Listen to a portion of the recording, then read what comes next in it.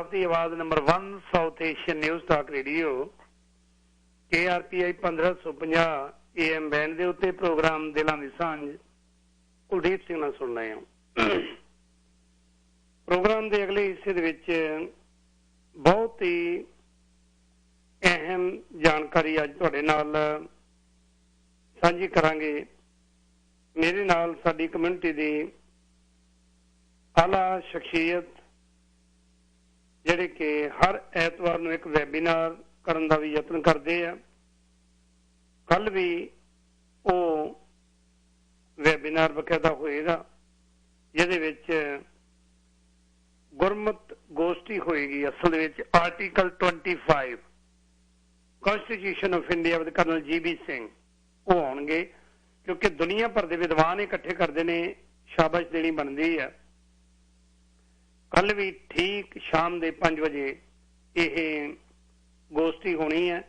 उहदे बाबत तुसीं वैबसाइट का जो लिंक चाहिए मेरे नाल 604 339 71 17 ते जां फिर डॉक्टर साहब के नाल 818 472 39 27 818 4723927 ते WhatsApp के नंबर के उत्ते संपर्क कर लियो, तुहानूं लिंक भेज दिता जाएगा। अज आपां गल करांगे, बड़ी अहम गलबात चल रही है। कल के प्रोग्राम दे विच भी मैं कुछ इंतजाम किया थोड़ा जिहा इसे मामले दे विच। वो ये है कि साडे पटना साहब के जथेदार अजकल, मैं ओवरऑल एक जथेदार नहीं गल कर रहा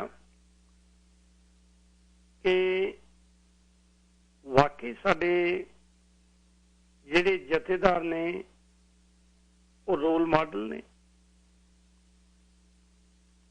जिन्हां तो सिक्ख्या लैके असीं अगे इन्हां रोल मॉडलों के उत्ते चल के अपने जीवन नूं वधिया सिख बनाउण दे विच सहाई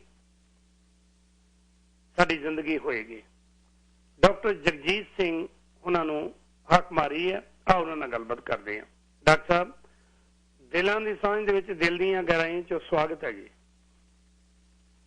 हाँ जी, भाई कुलदीप सिंह जी ते सारे श्रोतां नूं निमरता सहित वाहिगुरू जी का खालसा वाहिगुरू जी की वाहिगुरू जी की फतेह। डॉक्टर साहब अचनचेत ही प्रोग्राम तो बाद वैसे मेरा सुभाव हुंदा है कि मैं खबरों वाल पहला निगाह मारदा ते खबरों दे विच कोई बहुत ज्यादा जे कोई इंपोर्टेंट या इहो जी ब्रेकिंग न्यूज़ नहीं हुंदी ते फिर यतन करीदा कि कम्यूनिटी दे विच कोई इहो जिहियां गल्लां ने जिहदे बाबत किसी सुलझी हुई शख्सियत नूं हाक मारी जावे, बुलाया जावे। पर मैनूं ये लगा है भी अजोके समय दे विच मेरा ख्याल है तुसीं किसी वैबसाइट नूं देख लो, किसी पासे देख लो, साडे गुरुद्वारा पटना साहब के जिहड़े विद्वान रहे ने, पहला कथावाचक सी बड़ा लंबा समा,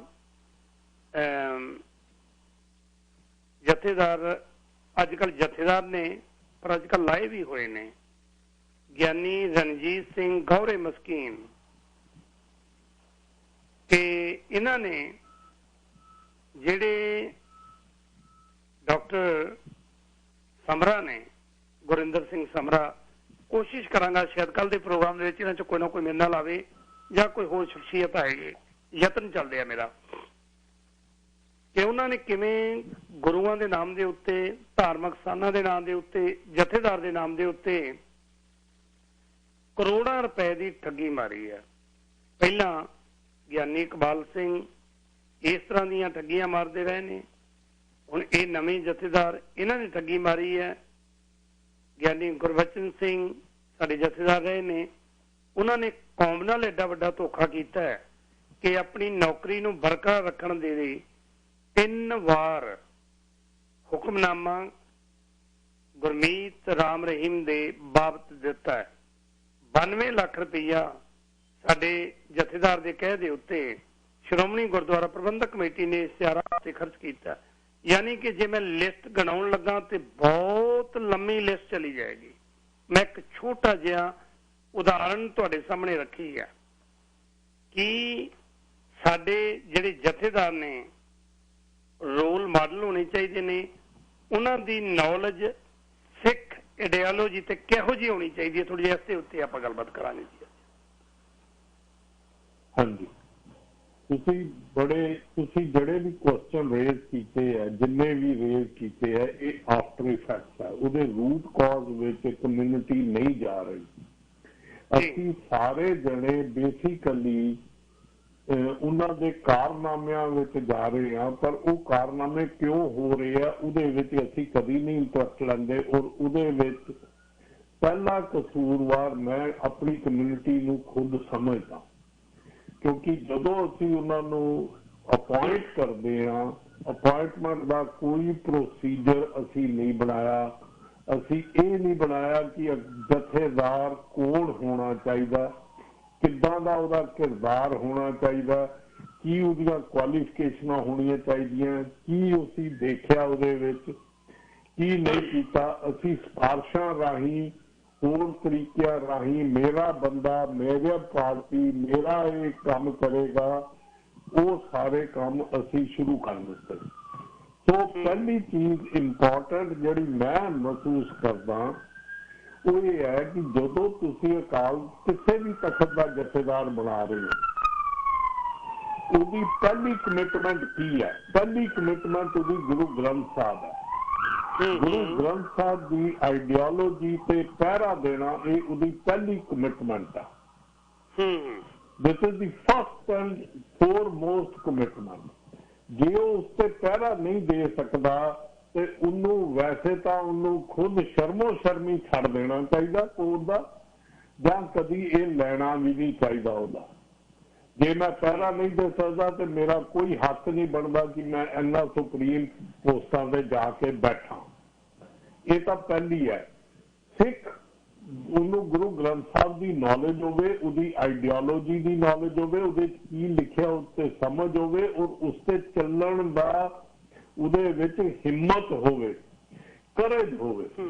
ਉਹ ਕਿਸੇ ਦੇ ਕਹਿਣ ਤੇ ਨਾ ਚੱਲ ਰਿਹਾ ਹੋਵੇ, ਉਹ ਐਕਚੁਅਲ ਉਸ ਤੇ ਚੱਲ ਰਿਹਾ ਹੋਵੇ ਜੋ ਗੁਰੂ ਗ੍ਰੰਥ ਸਾਹਿਬ ਦਾ ਬੇਸਿਕ ਸਟਰਕਚਰ ਹੈ। ਔਰ ਬੇਸਿਕ ਕਿਉਂਕਿ ਉਹ ਅਕਾਲ ਤਖਤ, ਤੁਸੀਂ ਅਕਾਲ ਤਖਤ ਕਹਿਤਾ, ਫਿਰ ਤਖਤ ਕਹਿਤਾ, ਸੋ ਜੇ ਉਹਦਾ ਜਥੇਦਾਰ ਬਣਾਉਣਾ, ਇੰਸਟੀਟਿਊਸ਼ਨ ਮਾੜਾ ਨਹੀਂ ਹੈ।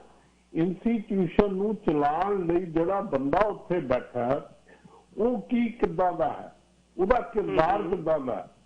ਅਸੀਂ ਸਾਰੀ ਕੌਮ ਨੇ ਜਦੋਂ ਬਣ ਜਾਂਦਾ ਹੈ, ਅਸੀਂ ਕਹਿੰਦੇ ਹਾਂ ਜੀ ਜਥੇਦਾਰ ਦਾ ਹੁਕਮ ਆ ਗਿਆ।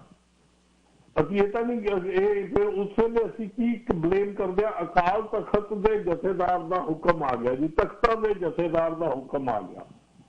ਪਰ ਹੁਕਮ ਤਾਂ ਉਹ ਉਹਨਾਂ ਦੇ ਆਪਣੀ ਨੌਲੇਜ ਨਾਲ ਹੀ ਕਰਨਾ ਨਾ, ਆਪਣੇ ਕਿਰਦਾਰ ਨਾਲ ਹੀ ਕਰਨਾ ਨਾ। ਕੀ ਉਹਨਾਂ ਨੇ ਜਿਹੜਾ ਹੁਕਮ ਕੀਤਾ ਉਹਦੇ ਵਿੱਚ ਗੁਰੂ ਗ੍ਰੰਥ ਸਾਹਿਬ ਨੂੰ ਵਿੱਚ ਰੱਖ ਕੇ ਕੀਤਾ, ਮੁੱਖ ਰੱਖ ਕੇ ਕੀਤਾ? ਇਹ ਸਭ ਤੋਂ ਇੰਪੋਰਟੈਂਟ ਹੈ। ਜਦੋਂ ਅਸੀਂ ਇਹੋ ਜਿਹੀ ਚੀਜ਼ਾਂ, ਜਿੰਨੀ ਵੀ ਸਿਲੈਕਸ਼ਨ, ਕੋਈ ਵੀ ਸਿਲੈਕਸ਼ਨ, 5 ਤਖਤਾਂ ਦੀ ਗੱਲ ਕਰ ਰਿਹਾ ਮੈਂ, ਕਿਸੇ ਦੀ ਬਾਈ ਨੇਮ ਵੀ ਨਾ ਕਰੋ, ਤੁਸੀਂ ਜਿੰਨੇ ਵੀ ਇੰਸਟੈਂਸਿਸ ਲਈ ਜਾਓਗੇ ਸਾਰਿਆਂ ਦੇ ਵਿੱਚ ਇਹ ਚੀਜ਼ ਤੁਹਾਨੂੰ ਕਲੀਅਰ ਦੱਸੇਗੀ ਕਿ ਉਹਨਾਂ ਨੇ ਗੁਰੂ ਗ੍ਰੰਥ ਸਾਹਿਬ ਨੂੰ ਪਾਸੇ ਰੱਖ ਦਿੱਤਾ। ਹੁਣ ਗੁਰੂ ਗ੍ਰੰਥ ਸਾਹਿਬ ਨੂੰ ਜਦੋਂ ਪਾਸੇ ਰੱਖਣ ਦੀ ਜਿਹੜਾ ਉਹਦੀ ਮੇਰੇ ਹਿਸਾਬ ਨਾਲ ਜਿਹੜਾ ਵੀ ਤਖਤ ਦਾ ਜਥੇਦਾਰ ਹੋਣਾ ਚਾਹੀਦਾ, ਉਹਦੇ ਲਈ ਤਾਂ ਸਿਲੈਕਸ਼ਨ ਹੀ ਬੜੀ ਟਫ ਹੋਣੀ ਚਾਹੀਦੀ ਹੈ। ਇੰਨੀ ਟਫ ਹੋਣੀ ਚਾਹੀਦੀ ਕਿ ਉਹਦੇ ਬਾਰੇ ਸੋਚਿਆ ਜਾਏ, ਕੌਮ ਸੋਚੇ ਕਿ ਇਹ ਬੰਦੇ ਨੂੰ ਸਿੱਖੀ ਬਾਰੇ, ਗੁਰੂ ਗ੍ਰੰਥ ਸਾਹਿਬ ਬਾਰੇ ਕੀ ਨੌਲੇਜ ਹੈ, ਇਹਦਾ ਹਿਸਟਰੀ ਦੀ ਆਈਡੀਓਲੋਜੀ ਬਾਰੇ ਕੀ ਨੌਲੇਜ ਹੈ, ਇਹਦੀ ਸਿੱਖੀਜ਼ਮ ਬਾਰੇ ਕੀ ਨੌਲੇਜ ਹੈ, ਇਹਦੀ ਸੋਸ਼ਲ ਸਟਰਕਚਰ ਬਾਰੇ, ਸਿੱਖਾਂ ਦੇ ਬਾਰੇ ਕੀ ਨੌਲੇਜ ਹੈ, ਇਹਨੂੰ ਈਵਨ ਹੋਰ ਰਿਲੀਜਨਸ ਬਾਰੇ ਕੀ ਨੌਲੇਜ ਹੈ, ਇਹ ਸਿੱਖ ਆਈਡੀਓਲੋਜੀ ਬਾਰੇ ਕੀ ਹੈ, ਇਹਦੀ ਕੋਈ ਵਿਜ਼ਨ ਹੈ ਕਿ ਨਹੀਂ ਹੈ। ਅੱਜ ਤੋਂ 20 ਸਾਲ ਬਾਅਦ ਸਿੱਖੀ ਕਿੱਥੇ ਹੋਏਗੀ, ਉਹਦੇ ਬਾਰੇ ਕੋਈ ਵਿਜ਼ਨ ਹੈ, ਲੀਡ ਕਰਨਾ, ਉਹ ਸਾਡਾ ਲੀਡਰ ਬਣਾ ਰਹੇ ਆ। ਇਹਦੇ ਚ ਪੋਲੀਟੀਕਲ ਬਹੁਤਾ ਨਹੀਂ ਆਉਣਾ ਚਾਹੀਦਾ, ਕਿਉਂਕਿ ਪੋਲੀਟੀਕਲ ਲੀਡਰਸ਼ਿਪ ਇਹਨਾਂ ਦਾ ਕੰਮ ਨਹੀਂ ਹੈ। ਇਹਨਾਂ ਦਾ ਕੰਮ ਹੈ ਕਿ ਸਿੱਖ ਕੌਮ ਨੂੰ ਕਿੱਥੇ ਲੈ ਕੇ ਜਾਣਾ, ਕਿਸ ਡਾਇਰੈਕਸ਼ਨ ਵਿੱਚ ਲੈ ਕੇ ਜਾਣਾ, ਕਿਸ ਤਰੀਕੇ ਨਾਲ ਉਹਦਾ ਪ੍ਰਚਾਰ ਹੈ, ਪ੍ਰਸਾਰ ਹੈ, ਜਾਂ ਜੋ ਵੀ ਕਹਿ ਲਓ, ਸਿੱਖ ਉਹ ਚੀਜ਼ਾਂ ਨੂੰ ਇਹਨਾਂ ਨੂੰ ਕਰਨ ਦਾ ਇਹਨਾਂ 'ਚ ਵਿਜ਼ਨ ਹੋਣੀ ਚਾਹੀਦੀ ਹੈ ਔਰ ਇਹਨਾਂ ਦੇ 'ਚ ਕਰੇਜ ਹੋਣੀ ਚਾਹੀਦੀ ਹੈ ਕਿ ਕਰ ਸਕਾਂ। ਇਹ ਨਹੀਂ ਕਿ ਅਸੀਂ ਹਾਂਜੀ ਜਦੋਂ ਅਸੀਂ ਗੁਰੂਆਂ ਦੀ ਗੱਲ ਕਰਦੇ ਹਾਂ ਤੇ ਉਹਨਾਂ ਨੇ ਸੱਚ ਤੇ ਪਹਿਲੀ ਚੀਜ਼ ਤਾਂ ਸੱਚ ਤੇ ਖੜੇ ਹੋਏ। ਇਹ ਸਾਡੇ ਜਥੇਦਾਰ ਸੱਚ ਤੇ You're listening to 1550 AM KRPI Ferndale. The views expressed are not necessarily those of the staff, management, or ownership of this station. ਜਾਰੀ ਰੱਖੋ ਜੀ। ਜੀ ਹਾਂਜੀ ਤੁਸੀਂ ਹੁਣੀ ਐਗਜ਼ਾਮਪਲ ਦਿੱਤੀ ਕਿ ਕਰੋੜਾਂ ਰੁਪਏ ਦਾ ਅੱਗੇ ਪਿੱਛੇ ਹੋ ਜਾਂਦਾ। ਜੇ ਉਹ ਰੁਪਏ ਦਾ ਅੱਗੇ ਪਿੱਛੇ ਹੁੰਦਾ ਤੇ ਇਹਦਾ ਮਤਲਬ ਉਹਦੇ ਵਿੱਚ ਝੂਠ ਹੈਗਾ ਨਾ। ਬਿਲਕੁਲ। ਤੇ ਗੁਰੂ ਮਹਾਰਾਜ ਨੇ ਤਾਂ ਕਿਹਾ ਸੱਚ ਤੇ ਪਹਿਰਾ ਦੇਣਾ। ਸਾਡੇ ਰੋਲ ਮਾਡਲ ਨੇ ਸੱਚ ਤੇ ਪਹਿਰਾ ਦੇਣਾ ਸੀ। ਇੱਕ ਰੋਲ ਮਾਡਲ ਇਹ ਹੈ। ਦੂਜਾ ਰੋਲ ਮਾਡਲ ਇਹ ਹੈ ਕਿ ਸਾਡਾ ਗ੍ਰਸਤੀ ਜੀਵਨ ਹੋਣਾ ਚਾਹੀਦਾ। ਕੀ ਗ੍ਰਸਤੀ ਜੀਵਨ ਹੈਗਾ ਸਾਰਿਆਂ ਦਾ? ਮੇਰਾ ਇਸ਼ਾਰਾ ਤੁਸੀਂ ਸਮਝ ਰਹੇ ਹੋ ਕਿੱਧਰ ਜਾ ਰਿਹਾ? ਬਿਲਕੁਲ ਜੀ ਬਿਲਕੁਲ ਬਿਲਕੁਲ। ਇਹ ਜੇ ਉਹ ਬੇਸਿਕ ਗੁਰੂ ਗ੍ਰੰਥ ਸਾਹਿਬ ਦੀ ਆਈਡੀਓਲੋਜੀ ਨੂੰ ਹੀ ਨਹੀਂ ਫੋਲੋ ਕਰ ਰਹੇ, ਕੁਛ ਬੇਸਿਕ ਚੀਜ਼ਾਂ ਨਹੀਂ ਫੋਲੋ ਕਰ ਰਹੇ। ਬੇਸਿਕ ਮੈਂ ਬੜੀਆਂ ਬੇਸਿਕ ਗੱਲ ਕਰ ਰਿਹਾ। ਅਕਾਲ ਤਖਤ ਦਾ ਜਥੇਦਾਰ ਆਪਣੀ ਵੈਬਸਾਈਟ ਤੇ ਲਿਖਦਾ ਹੈ ਕਿ ਗੁਰੂ ਨਾਨਕ ਪਾਤਸ਼ਾਹ ਦਾ ਗੁਰਪੁਰਬ SGPC ਉਹਦੀ ਵੈਬਸਾਈਟ ਹੀ ਹੈ, ਉਸੇ ਤੇ ਲਿਖਦਾ ਕਿ 15 ਮਾਰਚ 15 ਅਪ੍ਰੈਲ ਸੌਰੀ 15 ਅਪ੍ਰੈਲ ਹਾਂਜੀ। ਤੇ ਉਸ ਤੇ ਵੀ ਸਟੈਂਡ ਨਹੀਂ ਲੈ ਸਕਦਾ। ਸੋ ਕੀ ਉਹਦਾ ਸਟੈਂਡ ਹੈ? ਕੀ ਉਹ ਰੋਲ ਮਾਡਲ ਕੀ ਕਰੇਗਾ? ਤੇ ਜੇ ਉਹ ਰੋਲ ਮਾਡਲ ਏਦਾਂ ਦਾ ਹੋਏਗਾ ਤੇ ਸਾਡੇ ਆਉਣ ਵਾਲੀ ਜਨਰੇਸ਼ਨ ਜਾਂ ਅਸੀਂ ਉਹਨਾਂ ਦੇ ਕਿੰਨੇ ਕੁ ਪੈਰੋਕਾਰ ਬਣਾਂਗੇ ਜਾਂ ਕਿੰਨੀ ਕੁ ਉਹਨਾਂ ਦਾ ਸਤਿਕਾਰ ਰੱਖਾਂਗੇ, ਕਿੰਨੀ ਸਾਡੀ ਰਿਸਪੈਕਟ ਹੋਏਗੀ, ਕਿੰਨੀ ਸਾਡੀ ਉਸ ਬਾਰੇ ਹੋਏਗੀ, ਇਹ ਹਰ ਇੱਕ ਇਨਸਾਨ ਉੱਥੋਂ ਅੰਦਾਜ਼ਾ ਲਗਾ ਸਕਦਾ। ਔਰ ਇਹੀ ਕਾਰਨ ਹੈ ਕਿ ਜੋ ਮੈਨੂੰ ਸੂਟ ਕਰਦਾ ਮੈਂ ਉਹ ਹੁਕਮਨਾਮਾ ਮੰਨ ਲੈਂਦਾ, ਜਿਹੜਾ ਮੈਨੂੰ ਸੂਟ ਨਹੀਂ ਕਰਦਾ ਮੈਂ ਨਹੀਂ ਮੰਨਦਾ। ਜੇ ਮੈਂ ਰੇਪ ਦਾ ਵੀ ਹੁਕਮਨਾਮਾ ਆ ਜਾਂਦਾ ਤੇ ਮੇਰੇ ਕੋਲੋਂ ਕੁਝ ਹੋਰ ਆ ਜਾਂਦਾ। ਜੇ ਬੀੜਾਂ ਦਾ ਹੁਕਮਨਾਮਾ ਆਉਂਦਾ ਤਾਂ ਉਹਦੀ ਬਿਹੇਵੀਅਰ ਹੋਰ ਤਰ੍ਹਾਂ ਦਾ। ਕੋਈ ਹੁਕਮਨਾਮੇ ਤੇ ਮੈਂ ਕਿਸੇ ਤਰ੍ਹਾਂ ਰਿਐਕਟ ਕਰਦਾ, ਦੂਜੇ ਤੇ ਮੈਂ ਕਿਸੇ ਤਰ੍ਹਾਂ ਰਿਐਕਟ ਕਰਦਾ। ਇਹ ਸਾਰਿਆਂ ਦਾ ਮੂਲ ਕਾਰਨ ਇਹ ਹੈ ਕਿ ਰਿਸਪੈਕਟ ਆਫ ਦੀ ਜਿਹੜੀ ਜਥੇਦਾਰਾਂ ਦੀ ਸਿਲੈਕਸ਼ਨ ਔਰ ਉਹਦੀ ਰਿਸਪੈਕਟ ਹੈ ਉਹ ਬਹੁਤ ਘਟੀ ਹੋਈ ਆ। ਔਰ ਘਟਣ ਦਾ ਕਾਰਨ ਸਿਰਫ ਤੇ ਸਿਰਫ ਇੱਕੋ ਹੈ ਕਿ ਉਹ ਖੁਦ ਗੁਰੂ ਗ੍ਰੰਥ ਸਾਹਿਬ ਨੂੰ ਦੀ ਆਈਡੀਓਲੋਜੀ ਨੂੰ, ਗੁਰੂ ਗ੍ਰੰਥ ਸਾਹਿਬ ਦੀ ਸਾਰੀ ਸੇਧ ਉੱਥੋਂ ਨਹੀਂ ਲੈਂਦੇ। ਆਪਣੇ ਨਾ ਉਹਨਾਂ ਦਾ ਜੀਵਨ, ਆਪਣਾ ਜੀਵਨ, ਨਾ ਉਹਨਾਂ ਦਾ ਦਿਖਾਉਣ ਵਾਲਾ ਜੀਵਨ। ਇੱਕ ਤਾਂ ਆਪਣਾ ਜੀਵਨ ਹੁੰਦਾ ਨਾ ਕਿ ਆਪ ਇੰਨੇ ਵਧੀਆ ਬਣੋ ਕਿ ਉਹਦੇ ਲਈ ਕਰੈਕਟਰ ਚੱਲ ਕੇ ਪ੍ਰੈਕਟੀਕਲ ਲਾਈਫ ਜੀ ਪ੍ਰੈਕਟੀਕਲੀ ਚੱਲ ਕੇ ਜੇ ਉਹ ਸੇਵਾ ਕਰਨ ਦੇ ਵਿੱਚ ਹੈ ਤੇ ਉਹ ਸੇਵਾ ਬਣਨ। ਕੀ ਉਹ ਬਾਣੀ ਬਣ ਕੇ ਦਿਖਾ ਰਹੇ ਆ ਲੋਕਾਂ ਨੂੰ? ਗੁਰੂ ਮਹਾਰਾਜ ਨੇ ਕਿਹਾ ਨਾ ਆਓ ਬਾਣੀ ਬਣੀਏ। ਗੁਰਬਾਣੀ ਬਣੀ ਹੈ ਜੀ, ਬਣੀਏ। ਕੀ ਉਹ ਜਥੇਦਾਰ ਗੁਰਬਾਣੀ ਬਣ ਕੇ ਦਿਖਾ ਰਹੇ ਆ ਸਾਨੂੰ?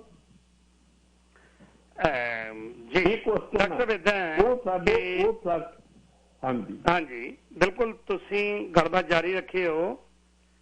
ਮੈਂ ਬੇਨਤੀ ਕਰਾਂ ਕਿ ਮੇਰਾ ਕਿਸੇ ਵੀ ਜਥੇਦਾਰ ਪ੍ਰਤੀ ਕੋਈ ਵੈਰ ਵਿਰੋਧ ਨਹੀਂ। ਜਿਹੜੀ ਡਾਕਟਰ ਸਾਹਿਬ ਨੇ ਗੱਲਬਾਤ ਕੀਤੀ ਹੈ ਕਿ ਸਾਡੇ ਜਿਹੜੇ ਜਥੇਦਾਰ ਨੇ ਰੀਅਲੀ ਰੋਲ ਮਾਡਲ ਨੇ, ਇਹਨਾਂ ਦੀ ਸਿਲੈਕਸ਼ਨ ਕਿਵੇਂ ਹੋਵੇ। ਮੈਨੂੰ ਡਾਕਟਰ ਚੇਤੇ ਹੈ ਪਿਛਲੇ ਦਿਨੀ ਰੋਮ ਤੋਂ ਪੋਪ ਆਏ ਸੀ, ਕਿੰਨਾ ਸਤਿਕਾਰ ਉਹਨਾਂ ਦਾ, ਵਾਓ ਕਿੰਨਾ ਸਤਿਕਾਰ। ਕਈ ਥਾਵਾਂ ਤੇ ਬਕਾਇਦਾ ਰੈੱਡ ਕਾਰਪਟ ਵਿਛਦਾ ਕਿਉਂਕਿ ਪੋਪ ਆ ਰਹੇ ਆ। ਸਾਡੇ ਸਿੱਖ ਧਰਮ ਦੇ ਵਿੱਚ ਪਹਿਲੀ ਗੱਲ ਕਿ ਜਿਹੜੀ ਗੁਰਦੁਆਰਾ ਐਕਟ ਹੈ 1920, ਗੁਰਦੁਆਰਾ ਐਕਟ ਦੇ ਵਿੱਚ ਕਿਤੇ ਵੀ ਜਥੇਦਾਰ ਦਾ ਰੋਲ ਨਹੀਂ ਹੈ, ਬਿਲਕੁਲ ਨਹੀਂ ਹੈ। There is no role। ਅਰੂੜ Singh ਜਦੋਂ ਜਥੇਦਾਰ ਲਾਏ ਸੀ, ਸਰਬਰਾ ਲਾਏ ਸੀ, ਉਹ ਇਸ ਕਰਕੇ ਗੋਰਿਆਂ ਨੇ ਲਾਏ ਸੀ ਕਿ ਆਪਣੀ ਮਰਜ਼ੀ ਦੇ ਨਾਲ ਉਹਨਾਂ ਨੂੰ ਵਰਤਿਆ ਜਾ ਸਕੇ ਤੇ ਇਸੇ ਕਰਕੇ ਜਥੇਦਾਰ ਅਰੂੜ ਸਿੰਘ ਨੇ ਜਲਿਆਂਵਾਲੇ ਬਾਗ ਦੇ ਉੱਤੇ ਗੋਲੀ ਚਲਾਉਣ ਵਾਲੇ ਨੂੰ ਸਰੋਪਾ ਦਿੱਤਾ ਸੀ। ਜਥੇਦਾਰ ਸੀ ਜਥੇਦਾਰ ਸੰਤਾ ਸਿੰਘ ਨਿਹੰਗ ਸਿੰਘਾਂ ਦਾ ਮੁਖੀ ਹੋਇਆ, ਸਰਬਰਾਹ ਸੀ, ਸਰਕਾਰਾਂ ਦਾ ਪੱਪਟ ਸੀ। ਅਕਾਲ ਤਖਤ ਸਾਹਿਬ ਢਹਿ ਢੇਰੀ ਤੁਸੀਂ ਵੀ ਦੇਖਿਆ ਤੇ ਮੈਂ ਆਪਣੀ ਅੱਖਾਂ ਨਾਲ ਵੀ ਦੇਖਿਆ, ਹਫ਼ਤਾ ਪਹਿਲਾਂ ਵੀ ਦੇਖਿਆ ਤੇ ਮਹੀਨਾ ਬਾਅਦ ਚ ਵੀ ਵੇਖਿਆ। ਪਰ ਉਹ ਜਿਹੜੇ ਪਪਟ ਸਨ, ਜਿਹੜੇ ਉਹਨਾਂ ਦੇ ਕਹਿਣੇ ਦੇ ਉੱਤੇ ਚੱਲਦੇ ਸਨ, ਉਹਨਾਂ ਦੀ ਡਿਊਟੀ ਲਾਤੀ ਕਿ ਜਾਓ ਤੁਸੀਂ ਸਿੱਖ ਕੌਮ ਨੂੰ ਠੰਡੇ ਕਿਵੇਂ ਕਰਨਾ ਸੀ, ਹਮਲਾ ਕਰਨਾ ਸੀ, ਕਰ ਦਿੱਤਾ। ਹੁਣ ਜਿਹੜੇ ਜਥੇਦਾਰ ਨੇ, ਤੁਸੀਂ ਕੁਆਲੀਫਿਕੇਸ਼ਨ ਦੀ ਗੱਲ ਕੀਤੀ ਆ, ਮੇਰਾ ਖਿਆਲ ਅੱਜ ਤੱਕ ਦੀ ਕੁਆਲੀਫਿਕੇਸ਼ਨ ਦੇ ਵਿੱਚ ਮੌਜੂਦਾ ਜਥੇਦਾਰ ਸਿੰਘ ਸਾਹਿਬ, ਮੈਂ ਬੜੇ ਸਤਿਕਾਰ ਨਾਲ ਕਹਿ ਰਿਹਾ, ਗਿਆਨੀ ਹਰਪ੍ਰੀਤ ਸਿੰਘ, ਪਤਾ ਲੱਗਾ ਕਿ ਉਹ PhD ਦਾ ਉਹਨਾਂ ਨੇ ਥੀਸਿਸ ਲਿਖਿਆ, ਸਬਮਿਟ ਕਰਨਾ ਸੀ, ਕਰ ਰਹੇ ਨੇ, ਵੈਲ ਕੁਆਲੀਫਾਈਡ ਜਥੇਦਾਰ ਹੈ। Does he dare to take action as per Sikhism ideology? I don't think so. ਤੁਹਾਡੇ ਸਾਹਮਣੇ ਡਾਕਟਰ ਸਾਹਿਬ ਤੁਸੀਂ ਜ਼ਿਕਰ ਕੀਤਾ ਕਿ ਉਹ ਫੀਅਰਲੈਸ ਹੈ, ਕਿ ਉਹ ਕਿਸੇ ਦਾ ਭੈ ਕਾਹੂ ਕੋ ਦੇਤ ਨਹਿ ਪੈਮਾਨਤ ਆਨ ਦੇ ਉੱਤੇ ਚੱਲ ਸਕਦਾ। ਜੇ ਉਹਨੂੰ ਪਤਾ ਲੱਗ ਗਿਆ ਬੀਇੰਗ ਏ ਹੈਡ, ਬੀਇੰਗ ਏ ਜਥੇਦਾਰ ਆਫ ਸਾਰੇ ਤਖਤਾਂ ਦੇ, ਕੀ ਉਹਦਾ ਫਰਜ਼ ਨਹੀਂ ਸੀ ਬਣਦਾ ਕਿ ਮੈਂ ਪਟਨਾ ਸਾਹਿਬ ਦੇ ਜਥੇਦਾਰ ਦਾ ਜਿਹੜਾ ਵਿਵਾਦ ਪੈਦਾ ਹੋਇਆ, ਕਿਸੇ ਦੀ ਕੀ ਹਿੰਮਤ ਹੈ ਸਾਡੇ ਜਥੇਦਾਰਾਂ ਦੇ ਉੱਤੇ ਉਂਗਲ ਖੜੀ ਕਰ ਜਾਵੇ? ਜੇ ਕੀਤੀ ਹੈ ਤਾਂ ਉਸੇ ਵਕਤ ਜਥੇਦਾਰ ਨੂੰ, ਡਾਕਟਰ ਸਮਰਾ ਨੂੰ ਉੱਤੇ ਤਲਬ ਕਰ ਦੇ।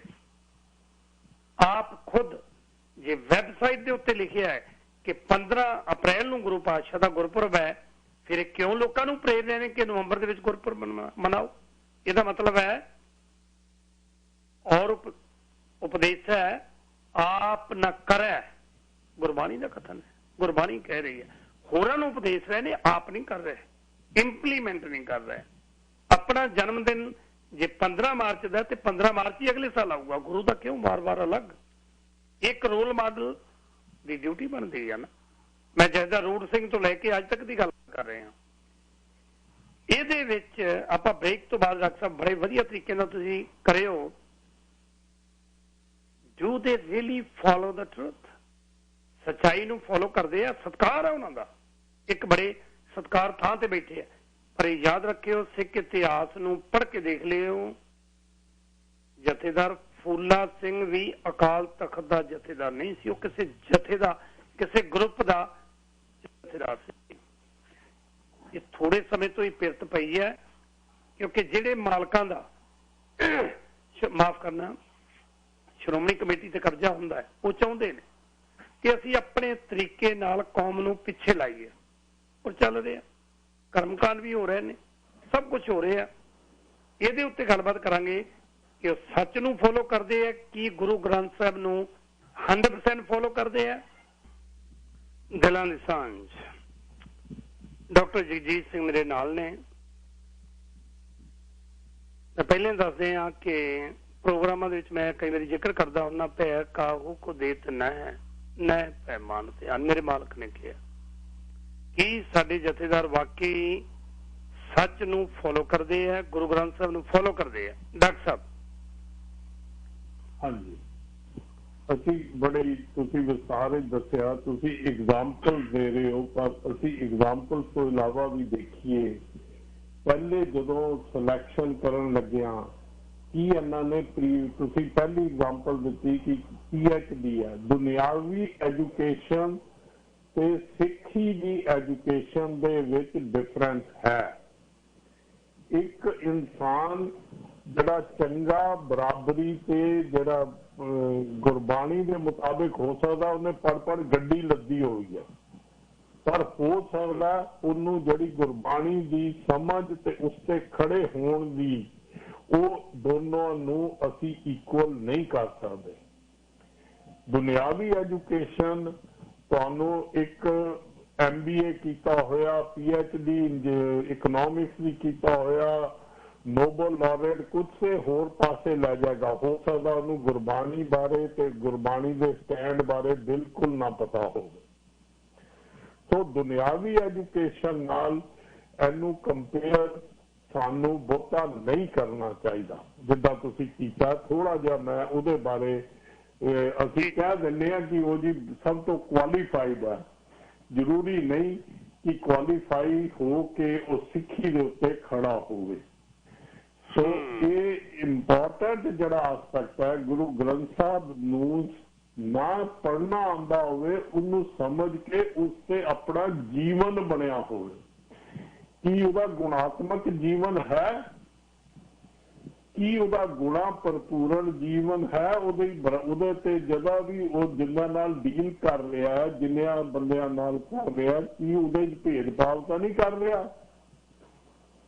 ਹੁਣ ਸਿੰਪਲ ਇੱਕ ਐਗਜ਼ਾਮਪਲ ਲੈਂਦੇ ਹਾਂ ਕਿ ਜੇ SGPC ਵਿੱਚ ਜਾਤ ਪਾਤ ਦੇ ਬੇਸ ਤੇ ਰਿਜ਼ਰਵੇਸ਼ਨ ਹੈ, ਕੋਈ ਜਥੇਦਾਰ ਇਸ ਗੱਲ ਤੇ ਬੋਲ ਸਕਦਾ ਕਿ ਗੁਰਬਾਣੀ ਕਹਿੰਦੀ ਹੈ ਕਿ ਇਹ ਭੇਦਭਾਵ ਨਹੀਂ ਹੋਣਾ ਚਾਹੀਦਾ ਤੇ ਤੁਹਾਡੇ ਵਿੱਚ ਕਿਉਂ ਹੈਗਾ?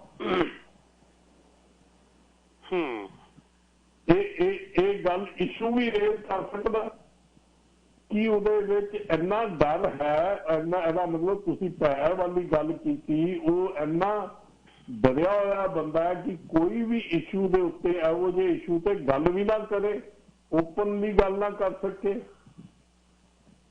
ਜੇ ਗੁਰਬਾਣੀ ਵਿੱਚ ਫੋਟੋ ਮਨਾ ਹੈ ਤਾਂ ਕੀ ਉਹਦੇ ਵਿੱਚ ਇੰਨੀ ਹਿੰਮਤ ਹੈ ਕਿ ਕਹਿ ਸਕੇ ਕਿ ਭਾਈ ਫੋਟੋਆਂ ਨਾ ਲਾਓ ਕਿਧਰੇ ਗੁਰੂਆਂ ਦੀਆਂ? ਜਦੋਂ ਬੇਸਿਕ ਚੀਜ਼ਾਂ ਦੀ ਗੱਲ ਕਰ ਰਹੇ ਹਾਂ, ਇਹ ਆਮ ਤੌਰ ਬੜੀਆਂ ਫੰਡਾਮੈਂਟਲ ਗੱਲਾਂ ਦੀਆਂ। ਈਵਨ ਬਾਣੀ ਨੂੰ ਅਖੰਡ ਪਾਠਾਂ ਦੀ ਲੜੀਆਂ ਚਲਾਣਾ, ਸਭ ਕੁਝ ਚਲਾਣਾ, ਇਹ ਸਾਰਿਆਂ ਨੂੰ ਪਤਾ ਕਿ ਗੁਰੂ ਗ੍ਰੰਥ ਸਾਹਿਬ ਦੇ ਅਗੇਂਸਟ ਹੈ। ਕੀ ਕੋਈ ਜਥੇਦਾਰ ਇਹਦੇ ਅਗੇਂਸਟ ਬੋਲ ਸਕਦਾ ਕਿ ਉਹ ਆਪ ਉਹਦਾ ਹਿੱਸਾ ਬਣਨ ਗਿਆ? ਜੇ ਉਹਦਾ ਹਿੱਸਾ ਬਣ ਗਿਆ ਤਾਂ ਉਹ ਰੋਲ ਮਾਡਲ ਕਿੱਦਾਂ ਹੋਏਗਾ ਸਾਡਾ? ਉਹ ਤਾਂ ਰੋਲ ਮਾਡਲ ਆਲਰੇਡੀ ਕਰਮ ਕਾਂਡਾਂ ਹੀ ਚਲਾ ਗਿਆ ਤੇ ਅਸੀਂ ਵੀ ਕਰਮ ਕਾਂਡ ਹੀ ਕਰਾਂਗੇ। ਫਿਰ ਗੁਰਦੁਆਰੇ ਵਾਲੇ ਸਾਰੇ ਕਰਮ ਕਾਂਡ ਕਰਨਗੇ, ਸਭ ਕੁਝ ਕਰਨਗੇ। ਜੇ ਸਾਡੇ ਰੋਲ ਮਾਡਲ ਹੀ ਕਰਮ ਕਾਂਡ ਕਰਨ ਲੱਗ ਪਏ, ਸਾਡੇ ਰੋਲ ਮਾਡਲ ਹੀ ਰਿਚੁਅਲ ਵਿੱਚ ਫਸ ਗਏ, ਰੋਲ ਮਾਡਲ ਉਹੀ ਕੰਮ ਕਰਦੇ ਆ ਪਿਆ ਜਿੱਥੋਂ ਗੁਰੂਆਂ ਨੇ ਸਾਨੂੰ ਮਨਾ ਕੀਤਾ ਸੀ, ਤੇ ਸਾਡੇ ਜਿਹੜੇ ਬੱਚੇ ਜਿਹੜੇ ਉਹਨਾਂ ਨੂੰ ਦੇਖਦੇ ਆ, ਛੋਟੇ ਬੱਚੇ ਜਿਹੜੇ ਉਹਨਾਂ ਨੂੰ ਦੇਖਦੇ ਹੋਏ ਵੱਡੇ ਹੋ ਰਹੇ ਆ, ਉਹਨਾਂ ਲਈ ਉਹ ਇੱਕ ਬਿਲਕੁਲ ਪ੍ਰਮੋਸ਼ਨ ਔਰ ਉਹੀ ਚੀਜ਼ ਬਣ ਰਹੀ ਹੈ ਸਾਡੇ ਸਾਹਮਣੇ। ਉਹ ਜਦੋਂ ਵੱਡੇ ਹੋਣਗੇ ਉਹ ਇਹਨੂੰ ਮੰਨ ਕੇ ਚੱਲਣਗੇ ਕਿ ਇਹੀ ਹੈ ਜੀ ਸਿੱਖੀ ਹੈ। ਉਹਨਾਂ ਤੇ ਕੀ ਅਸੀਂ ਕਰ ਰਹੇ ਹਾਂ, ਕੀ ਅਸੀਂ ਰੋਜ਼ ਇੱਥੇ ਬੜੇ ਵਾਰੀ ਤੁਹਾਡੇ ਪ੍ਰੋਗਰਾਮਾਂ 'ਚ ਹੁੰਦਾ ਕਿ ਯੂਥ ਕਿਉਂ ਨਹੀਂ ਜੁੜਦਾ, ਫਲਾਣੀ ਚੀਜ਼ ਕਿਉਂ ਨਹੀਂ ਜੁੜਦੀ? ਕਿਉਂਕਿ ਜਦੋਂ ਉਹ ਆਪ ਦੇਖਦੇ ਆ, ਇਹਨਾਂ ਚੀਜ਼ਾਂ ਨੂੰ ਦੇਖਦੇ ਆ, ਪਹਿਲੇ ਬਚਪਨ ਵਿੱਚ ਤਾਂ ਅਸੀਂ ਉਹਨਾਂ ਨੂੰ ਫੋਰਸ ਕਰ ਲਿਆ, ਫੋਰਸ ਕਰਕੇ ਗੁਰਦੁਆਰੇ ਵੀ ਲੈ ਗਏ, ਤੇ ਜਦੋਂ ਪੜ੍ਹਦੇ ਆ ਜਾਂ ਆਪ ਥੋੜਾ ਬਹੁਤ ਪੜ੍ਹਨ ਲੱਗਦੇ ਆ ਗੁਰੂ ਗ੍ਰੰਥ ਸਾਹਿਬ, ਜਾਂ ਆਪ ਦੇਖਦੇ ਹੋ ਕਿ ਦੇਖਦੇ ਆ ਕਿ ਇਹ ਤਾਂ ਦੋਨੋਂ ਚੀਜ਼ਾਂ ਮੈਚ ਹੀ ਨਹੀਂ ਕਰਦੀਆਂ। ਜਦੋਂ ਮੈਚ ਨਹੀਂ ਕਰਦੀਆਂ ਉਹ ਟੁੱਟ ਜਾਂਦੇ ਆ। ਉਹ ਕਹਿੰਦੇ ਜਾਂ ਇਹ ਗਲਤ ਹੈ ਜਾਂ ਇਹ ਗਲਤ ਹੈ, ਦੋਨਾਂ ਚੋਂ ਇੱਕ ਤਾਂ ਗਲਤ ਹੈਗਾ ਨਾ। ਸੋ ਬੇਸਿਕ ਚੀਜ਼ਾਂ ਤੇ ਦੇਖੋ, ਫੰਡਾਮੈਂਟਲ ਤੇ ਦੇਖੋ। ਇਹ ਜੇ ਅਸੀਂ ਬੇਸਿਕ ਚੀਜ਼ਾਂ ਤੇ ਅਸੀਂ ਉਹਨਾਂ ਦੇ ਕਿਰਦਾਰ ਤੇ ਉਹਨਾਂ ਦੀ ਦੇਖੋ, ਹੁਣ ਬੀੜਾਂ ਦੀ ਅਸੀਂ ਕਹਿੰਦੇ ਹਾਂ ਕਿੱਥੇ ਗਏ 328 ਸਰੂਪ, ਉਹ ਕਰਪਸ਼ਨ ਵਿੱਚ ਗਏ ਆ। ਸਾਰਿਆਂ ਨੂੰ ਪਤਾ ਕਰਪਸ਼ਨ ਕਿੱਥੇ ਗਏ ਆ, ਪੈਸੇ ਦਿੱਤੇ ਆ ਲੋਕਾਂ ਨੂੰ। ਕਿੰਨਾ ਪੇਪਰ ਉੱਥੇ ਕਰਪਸ਼ਨ ਵਿੱਚ ਜਾ ਰਿਹਾ, ਕਿੰਨਾ ਦਰਬਾਰ ਹੋ ਰਿਹਾ, ਕਿਹੜੇ ਤਖਤਾਂ ਤੇ ਤੁਸੀਂ ਹਰ ਤਖਤ ਦੇ ਕਰਪਸ਼ਨ ਤੇ ਆ ਜਾਓ ਤੇ ਯੂ ਵਿਲ ਫਾਈਂਡ ਇਟ ਕਿ ਬਈ ਇੰਨੀ ਕਰਪਸ਼ਨ ਹੋ ਰਹੀ ਹੈ। ਔਰ ਕੀ ਉਹ ਕਰਪਸ਼ਨ ਜਿਹੜਾ ਉਹ ਸਿੱਖੀ ਦਾ ਕਿਰਦਾਰ ਆ? ਕੀ ਸਾਡੀ ਮਲਿਕ ਭਾਗੋ ਵਾਲੀ ਸਿੱਖੀ ਹੈ ਕਿ ਭਾਈ ਲਾਲੋ ਵਾਲੀ ਸਿੱਖੀ ਹੈ?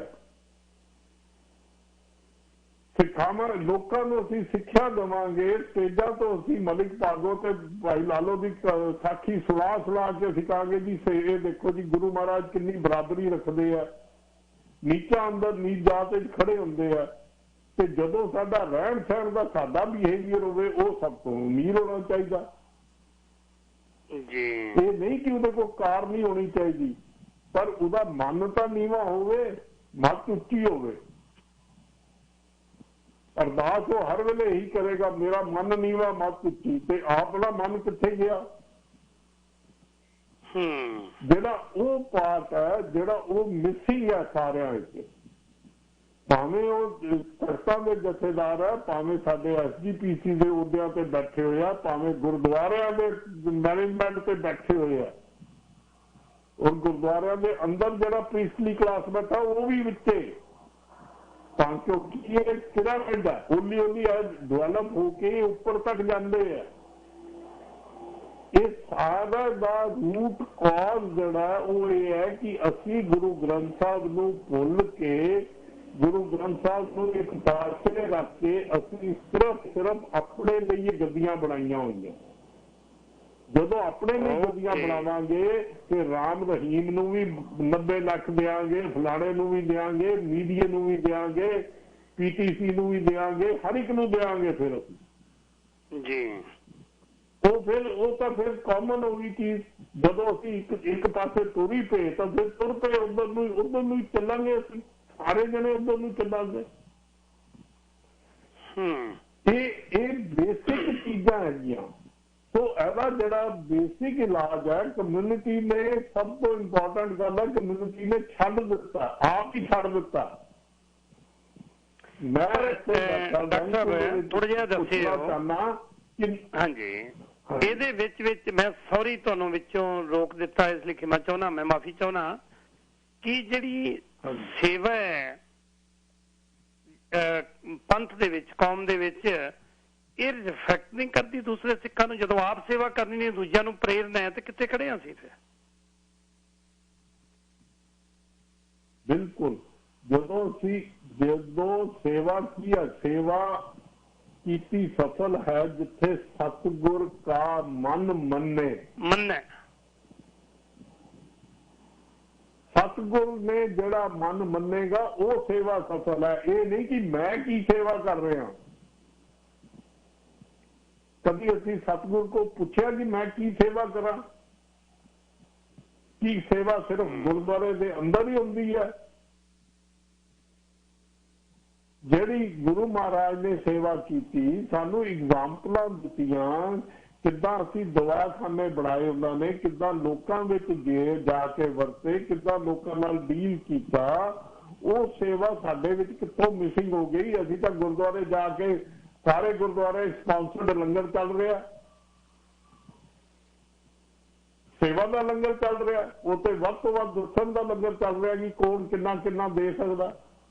ਇਸੇ ਤਰ੍ਹਾਂ ਹੀ ਜਦੋਂ ਇਹ ਵੱਡੇ ਲੈਵਲ ਤੇ ਜਾਏਗਾ, ਉੱਪਰਲੇ ਲੈਵਲ ਤੇ, ਮੈਂ ਇਸ ਕਰਕੇ ਗੁਰਦੁਆਰਿਆਂ ਦਾ ਐਗਜ਼ਾਮਪਲ ਦਿੱਤੀ ਕਿਉਂਕਿ ਗੁਰਦੁਆਰਿਆਂ ਦੇ ਵਿੱਚੋਂ ਡਿਵੈਲਪ ਹੋ ਕੇ ਅਲਟੀਮੇਟਲੀ ਸਟੇਟ ਬਣੇਗੀ, ਸਟੇਟ ਤੋਂ ਨੇਸ਼ਨ ਬਣੇਗੀ, ਨੇਸ਼ਨ ਤੋਂ ਫਿਰ ਤਖਤ ਦਾ ਜਥੇਦਾਰ ਬਣੇਗਾ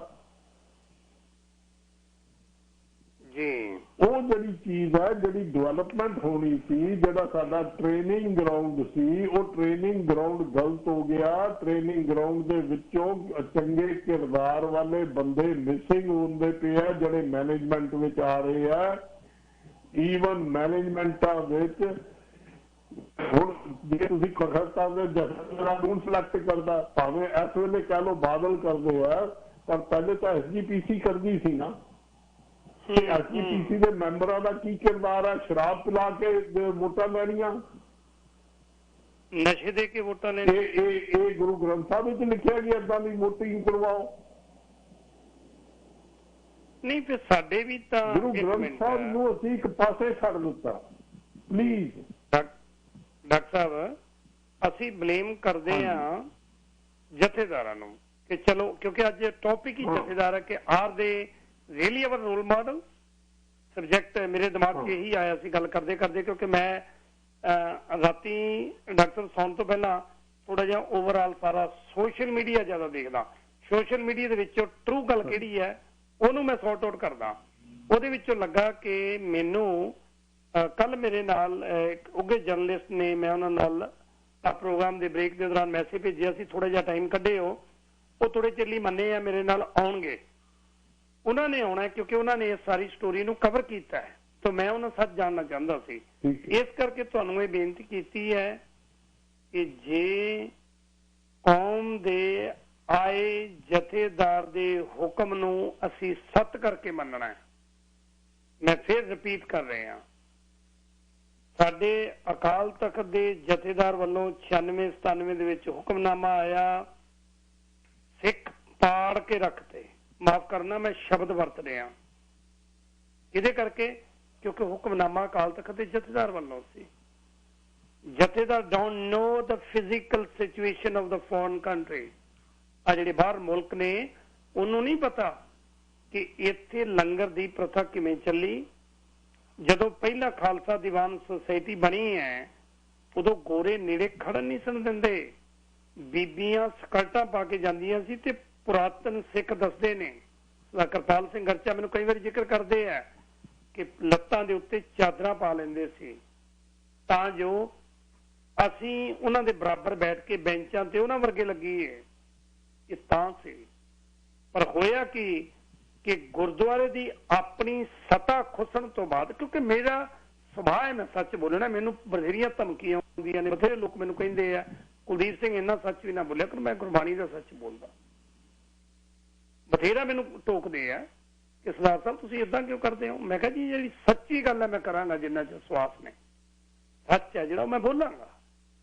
ਵਾਕਈ ਹੀ ਹੁਕਮਨਾਮਾ ਆਇਆ ਨਹੀਂ ਸੀ, ਹੁਕਮਨਾਮਾ ਮੰਗਵਾਇਆ ਗਿਆ ਸੀ। ਉਸ ਵੇਲੇ ਮੇਰੀ ਜਥੇਦਾਰ ਰਣਜੀਤ ਸਿੰਘ ਨਾਲ ਵੀ ਗੱਲਬਾਤ ਹੋਈ ਸੀ, ਮੰਗਵਾਇਆ ਗਿਆ ਸੀ। ਮਹਾਰਾਜ ਸਾਡੇ ਤੋਂ ਗੁਰਦੁਆਰਾ ਖੁੱਸ ਗਿਆ।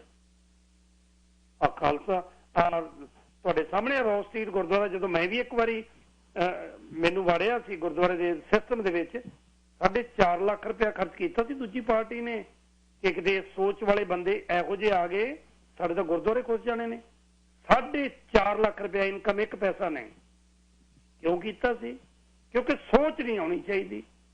ਅੱਜ ਵੀ ਸਾਡੇ ਇਹੀ ਕੁਝ ਹੋ ਰਿਹਾ ਔਰ ਸੱਚਾਈ ਹੈ। ਡਾਕਟਰ ਸਾਹਿਬ ਇਹਦੇ ਵਿੱਚ ਜਥੇਦਾਰਾਂ ਦਾ ਕਿਉਂ ਕਹਿ ਰਹੇ ਹਾਂ? ਕਿਉਂਕਿ ਜਥੇਦਾਰ ਜੇ ਰੋਲ ਮਾਡਲ ਹੋਣਗੇ, ਉਹਨਾਂ ਦਾ ਪ੍ਰੈਕਟੀਕਲ ਜੀਵਨ ਇਹੋ ਜਿਹਾ ਹੋਏਗਾ, ਫਿਰ ਸਿੱਖ ਜੋ ਹੁਕਮ ਉੱਥੋਂ ਅਕਾਲ ਤਖਤ ਸਾਹਿਬ ਦੇ ਸੋ ਕਾਲਡ, ਮੈਂ ਸੋ ਕਾਲਡ ਇਸ ਕਰਕੇ ਵਰਤ ਰਿਹਾ ਕਿਉਂਕਿ ਅਹੁਦਾ ਕੋਈ ਨਹੀਂ ਹੈਗਾ ਜਥੇਦਾਰ ਦਾ ਉੱਥੇ। ਤੁਸੀਂ ਗੁਰਦੁਆਰਾ ਐਕਟ ਪੜ੍ਹ ਕੇ ਦੇਖ ਲਿਓ, ਮੇਰੇ ਕੋਲ ਪਿਆ, ਕੋਈ ਐਕਟ ਜਥੇਦਾਰ ਨਹੀਂ ਹੈ। ਇਹ ਸ਼੍ਰੋਮਣੀ ਕਮੇਟੀ ਨੇ ਆਪਣੇ ਵੱਲੋਂ ਜਿਹੜੇ ਧੱਕੇ ਨਾਲ ਜਾਰੀ ਕਰਾਉਣ ਵਾਲੀਆਂ ਗੱਲਾਂ ਨੇ ਉਹ ਥੋਪਣ ਦੇ ਲਈ ਜਥੇਦਾਰਾਂ ਨੂੰ ਹੋਂਦ ਦੇ ਵਿੱਚ ਲਿਆਂਦਾ। ਜਿਵੇਂ ਜਥੇਦਾਰ ਅਰੂੜ ਸਿੰਘ ਨੂੰ ਲਿਆਂਦਾ ਸੀ ਗੋਰਿਆਂ ਨੇ, ਅੰਗਰੇਜ਼ਾਂ ਨੇ। ਬਸ ਪ੍ਰਥਾ ਚੱਲ ਪਈ, ਦੱਬੀ ਜਾਂਦੇ ਆ, ਉਸੇ ਤਰ੍ਹਾਂ ਹੀ ਚੱਲ ਰਿਹਾ ਅੱਜ ਵੀ। ਕੀ ਜਥੇਦਾਰ ਕੌਮ ਨੂੰ ਕੋਈ ਸਹੀ ਸੇਧ ਦੇ ਸਕੇ ਨੇ? ਉੱਤਰਾਖੰਡ ਦੇ ਵਿੱਚ ਇੱਕ ਗੁਰਦੁਆਰਾ ਹੈ, ਜਨਮ ਅਸ਼ਟਮੀ ਮਨਾਈ ਹੈ ਉਹਨਾਂ ਨੇ। ਜਨਮ ਅਸ਼ਟਮੀ ਮਨਾਉਣ ਲੱਗਿਆ ਬਕਾਇਦਾ ਡਾਂਸ ਹੋ ਰਿਹਾ ਤੇ ਮੈਂ ਰਿਸਰਚ ਕੀਤੀ ਉਹਦੀ। ਕਈ ਵਾਰੀ ਤੁਹਾਨੂੰ ਲੱਗਦਾ ਕਿ 2 ਘੰਟੇ ਦਾ ਡਾਕ ਸ਼ੋਅ ਕਰਕੇ ਚਲੇ ਜਾਣਾ, ਨਹੀਂ, ਬੜਾ ਟਾਈਮ ਲੱਗਦਾ ਕਿ ਇੱਕ ਚੀਜ਼ ਦੇ ਪਿੱਛੇ ਜਾ ਲੱਗੇ ਆ। ਰਿਸਰਚ ਕੀਤੀ, ਉਸ ਗੁਰਦੁਆਰੇ ਦਾ ਨਾਮ ਪਤਾ ਕੀ ਹੈ? ਉਹ ਉੱਤਰਾਖੰਡ ਦਾ ਬਲਰਾਮ ਨਗਰ ਦਾ ਗੁਰਦੁਆਰਾ ਹੈ। ਉਹਦਾ ਨਾਮ ਹੈ ਸ੍ਰੀ ਸਨਾਤਨ ਧਰਮ ਮੰਦਰ ਗੁਰਦੁਆਰਾ ਸਭਾ। ਨਾਲੇ ਮੰਦਰ ਹੈ, ਨਾਲੇ ਗੁਰਦੁਆਰਾ ਸਭਾ ਹੈ, ਦੋਨੇ ਲਿਖਿਆ। ਉਹਦਾ ਡਾਂਸ ਕਰ ਰਹੇ ਨੇ, ਕਰੀ ਜਾਂਦੇ, ਨੋ ਪ੍ਰੋਬਲਮ। ਕੀ ਗੱਲ ਪਹਿਲਾਂ ਕਿਸੇ ਦੇ ਦਿਮਾਗ 'ਚ ਨਹੀਂ ਆਇਆ ਇਸ ਗੁਰਦੁਆਰੇ ਦਾ ਨਾਮ ਸਨਾਤਨ ਧਰਮ ਹੈ, ਮੰਦਰ ਹੈ? ਫਿਰ ਜੇ ਮੰਦਰ ਹੈ, ਮੰਦਰ ਦੇ ਵਿੱਚ ਤਾਂ ਕਰਨਗੇ। ਫਰਕ ਇਹ ਹੈ ਕਿ ਉੱਥੇ ਗੁਰੂ ਗ੍ਰੰਥ ਸਾਹਿਬ ਦੀ ਭੀੜ ਪਈ ਹੈ। ਕੀ ਜਥੇਦਾਰਾਂ ਨੂੰ ਇਸ ਗੱਲ ਦਾ ਗਿਆਨ ਨਹੀਂ ਕਿ ਗੁਰੂ ਗ੍ਰੰਥ ਸਾਹਿਬ ਦੀ ਭੀੜ ਪਈ ਹੈ? ਉਹਦੇ ਸਾਹਮਣੇ, ਗੁਰੂ ਗ੍ਰੰਥ ਸਾਹਿਬ ਦੀ ਭੀੜ ਦੇ ਸਾਹਮਣੇ ਤੁਸੀਂ ਬਹਿ ਕੇ ਡਾਂਸ ਕਰ ਰਹੇ ਹੋ। ਦੇ should be aware about that. ਤੇ ਸਾਡੇ ਮਾਫ ਕਰਨਾ, ਕਿਉਂਕਿ ਮੇਰੇ ਸ਼ਬਦ ਬੜੇ ਸਪਸ਼ਟ ਹੁੰਦੇ ਆ, ਮੇਰੇ ਤੋਂ ਲੁਕਾ ਛਪਾ ਕੇ ਪਿੱਛੇ ਲੁਕੋ ਕੇ ਸ਼ਬਦ ਨਹੀਂ ਬੋਲੇ ਜਾਂਦੇ। ਸਾਡੇ ਮਾਣਯੋਗ ਸ਼੍ਰੋਮਣੀ ਗੁਰਦੁਆਰਾ ਪ੍ਰਬੰਧਕ ਕਮੇਟੀ ਦੇ ਪ੍ਰਧਾਨ ਪੜ੍ਹੇ ਲਿਖੇ ਨੇ, ਦੁਨਿਆਵੀ ਵਿਦਿਆ ਵਕੀਲ ਨੇ। ਬਿਆਨ ਆਇਆ, ਪੜ੍ਹ ਲਓ ਸਾਰੀਆਂ ਅਖਬਾਰਾਂ। ਕਰੜੇ ਸ਼ਬਦਾਂ 'ਚ ਨਖੇਦੀ ਕੀਤੀ ਜਾਂਦੀ ਹੈ। ਜੇ ਭਾਈ ਤੂੰ ਕਰੜੇ 'ਚ ਨਾ ਕਰਦਾ, ਨਰਮ ਸ਼ਬਦਾਂ 'ਚ ਨਖੇਦੀ ਕਰ ਲੈਂਦਾ, ਫਿਰ ਕੀ ਹੋ ਜਾਣਾ ਸੀ? ਕਿਉਂਕਿ ਇੱਕ ਬਣੇ ਬਣਾਈ ਲਾਈਨ ਸਖਤ ਸ਼ਬਦਾਂ 'ਚ ਨਿੰਦਿਆ ਕਰ ਲਓ। ਨਿੰਦਿਆ, ਯੂ ਥਿੰਕ ਦੈਟ ਨਿੰਦਿਆ ਇਨ ਸਖਤ ਔਰ ਨਰਮ ਸ਼ਬਦਾਂ ਦੇ ਵਿੱਚ will make any effect? No. Break ਲੈ ਲਈਏ।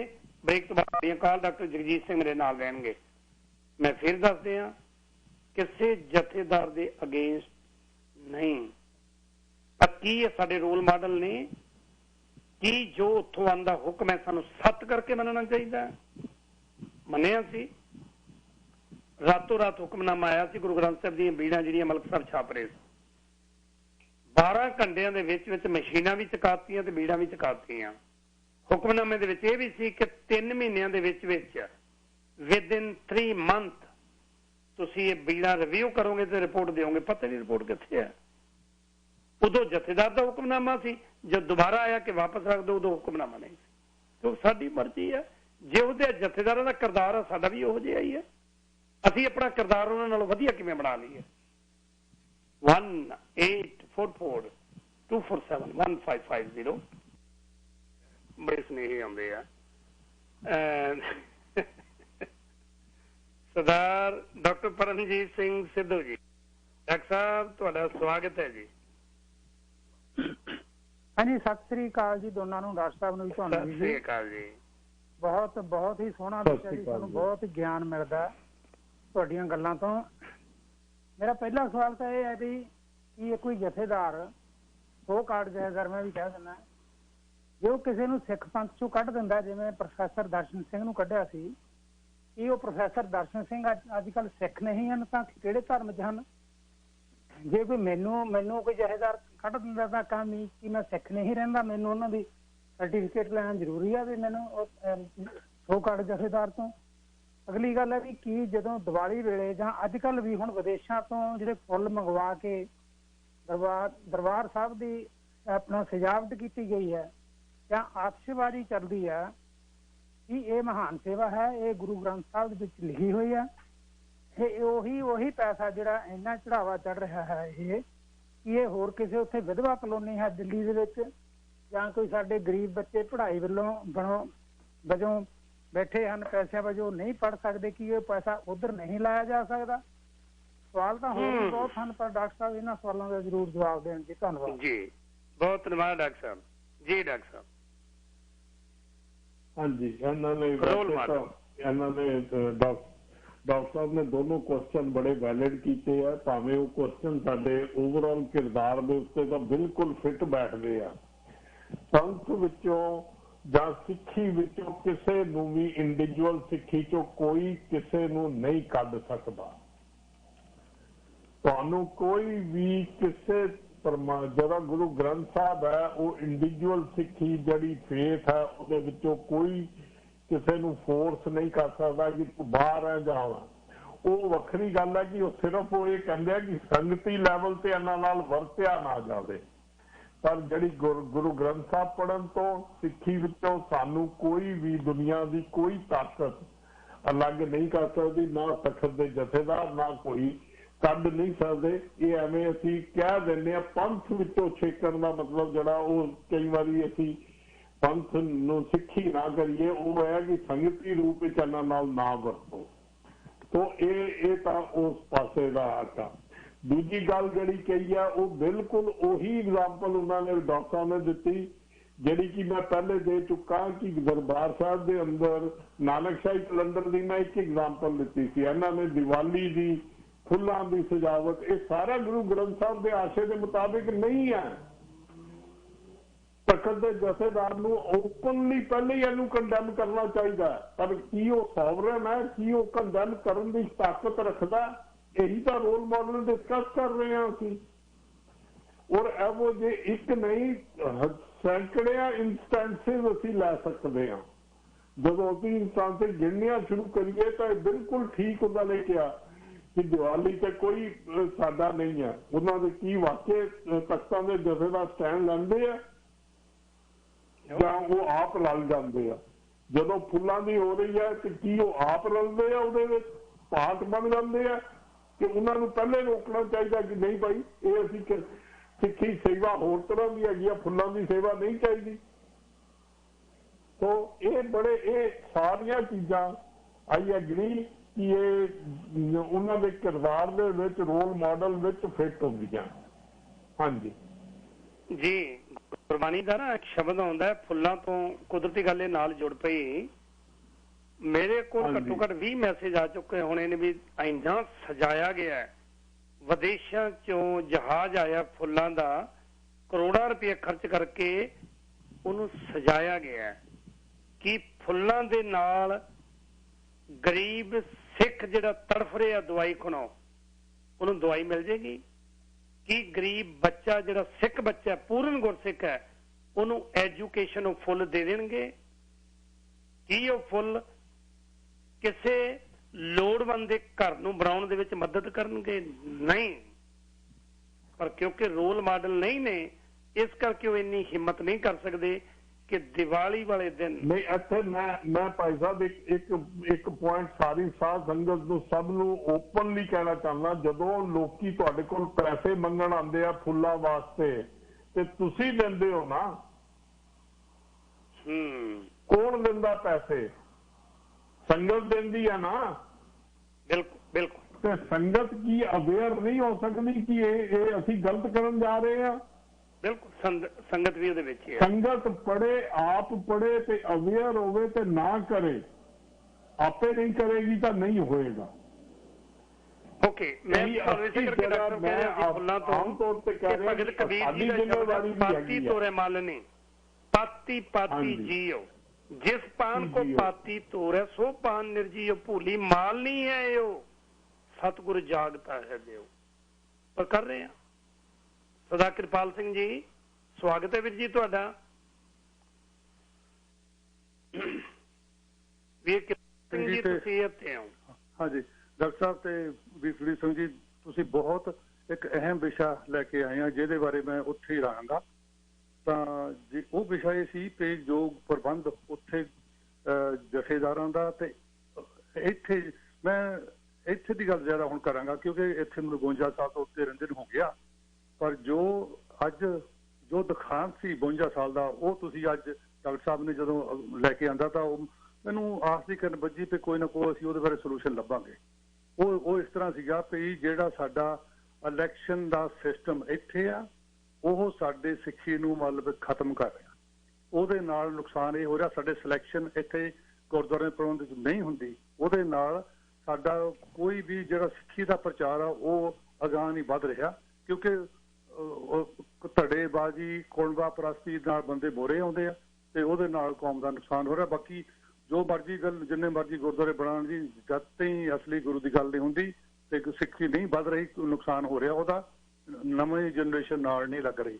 ਅੱਛਾ, ਉਹਦਾ ਸੁਝਾਅ ਮੇਰਾ ਇੱਕ ਹੋਰ ਇਹ ਸੀਗਾ ਕਿ ਜਿਸ ਤਰ੍ਹਾਂ ਡਾਕਟਰ ਸਾਹਿਬ ਹੈ ਕਿ ਹੋਰ ਬਹੁਤ ਸੁਹਿਰਦ ਚੰਗੇ ਇਨਸਾਨ, ਚੰਗੇ ਗੁਰਸਿੱਖ ਆਪਣੇ ਘਰ ਹੀ ਬਹਿ ਗਏ ਆ ਕਿ ਉਹਨਾਂ ਦੀ ਗੱਲ ਨਹੀਂ ਕੋਈ ਸੁਣਦਾ।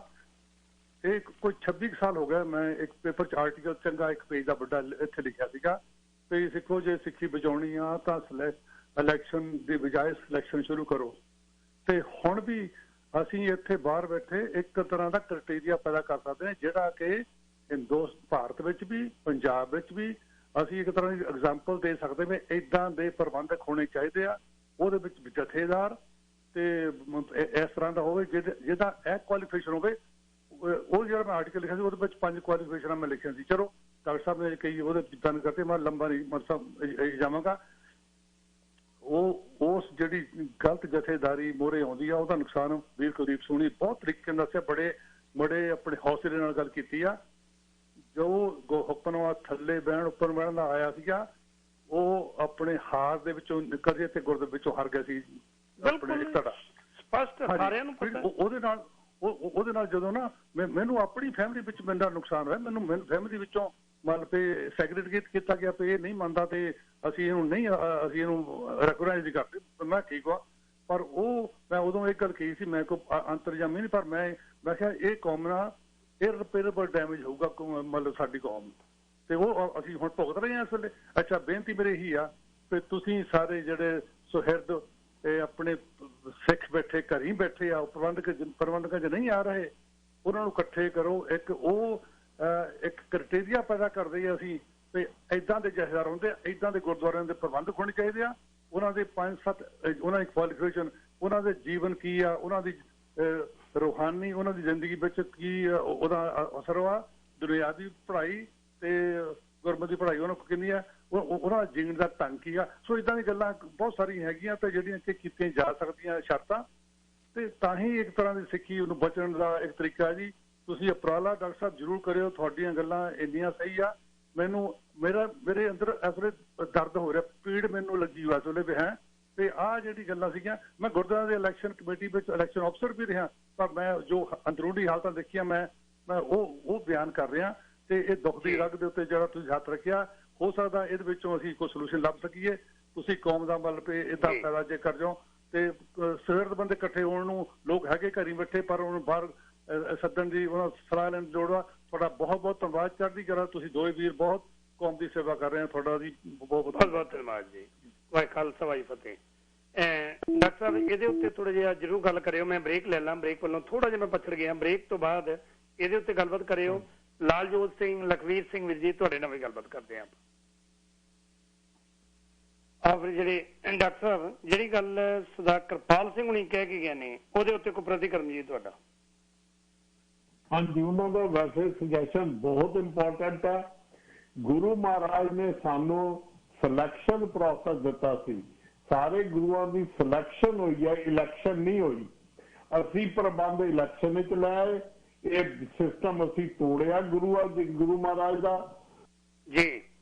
ਮਾਫੀ ਚਾਹੁੰਦਾ, ਤਕਨੀਕੀ ਖਰਾਬੀ ਕਰਕੇ ਕਈ ਵਾਰੀ ਫਿਰ ਜਦੋਂ ਚੰਗੀਆਂ ਗੱਲਾਂ ਕਰੀਦੀਆਂ ਨਾ ਵਾਇਰਸ ਵੀ ਆ ਜਾਂਦਾ ਹੁੰਦਾ ਹੈ, ਤੇ ਵਾਇਰਸ ਆ ਗਿਆ ਅੱਜ। ਫਿਰ ਉਹ ਕਹਿੰਦੇ ਲੈ ਇੰਨੀਆਂ ਕੰਮ ਦੀਆਂ ਗੱਲਾਂ ਇਹ ਸਾਡੇ ਵੱਸ ਤੋਂ ਬਾਹਰ ਹੈ, ਬਰਦਾਸ਼ਤ ਨਹੀਂ ਹੁੰਦੀਆਂ।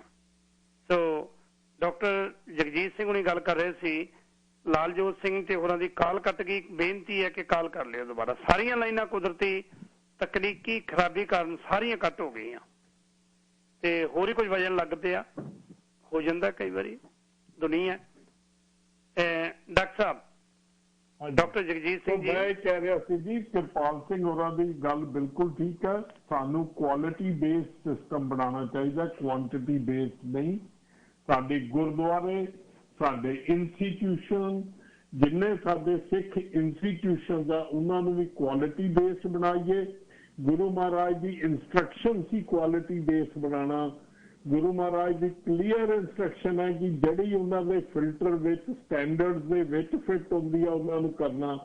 ਜਦੋਂ ਈਵਨ ਆਦਿ ਗ੍ਰੰਥ ਦੀ ਸਥਾਪਨਾ ਹੋਈ ਆ, ਉਹਨਾਂ ਨੇ ਕੁਆਂਟੀਟੀ ਨਹੀਂ ਕਹੀ ਕਿ ਇੰਨੇ ਬੰਦੇ ਆ ਗਏ ਤਾਂ ਲਿਖ ਲਿਓ ਜੀ, ਕੁਆਲਿਟੀ ਲਿਖੀ। ਸੋ ਸਾਨੂੰ ਉਹ ਸਿੱਖਿਆ ਜਿਹੜੀ ਹੈ, ਆਈਡੀਆਲੋਜੀ ਜਿਹੜੀ ਮੈਂ ਪਹਿਲੇ ਗੱਲ ਕੀਤੀ, ਜਥੇਦਾਰਾਂ ਨੂੰ ਜਿਹੜੀ ਸਿੱਖ ਆਈਡੀਆਲੋਜੀ ਆਫ ਕੁਆਲਿਟੀ ਹੈ, ਜੇ ਉਹ ਉਹਨੂੰ ਨਹੀਂ ਫਾਲੋ ਕਰਦੇ ਤਾਂ ਉਹ ਇਹਦਾ ਮਤਲਬ ਰੋਲ ਮਾਡਲ ਨਹੀਂ ਹੈ ਸਾਡੇ ਜੀ। ਬਿਲਕੁਲ। ਜਗਮੇਲ ਸਿੰਘ ਖਾਲਸਾ ਜੀ, ਤੁਸੀਂ ਇਹ ਤੇ ਹੋ, ਤੁਹਾਡਾ ਬਹੁਤ ਬਹੁਤ ਸਵਾਗਤ ਹੈ ਪਿਆਰਿਓ। ਘਾਟਾ ਵਾਹਿਗੁਰੂ ਜੀ ਕਾ ਖਾਲਸਾ, ਵਾਹਿਗੁਰੂ ਜੀ ਕੀ ਫਤਿਹ ਜੀ।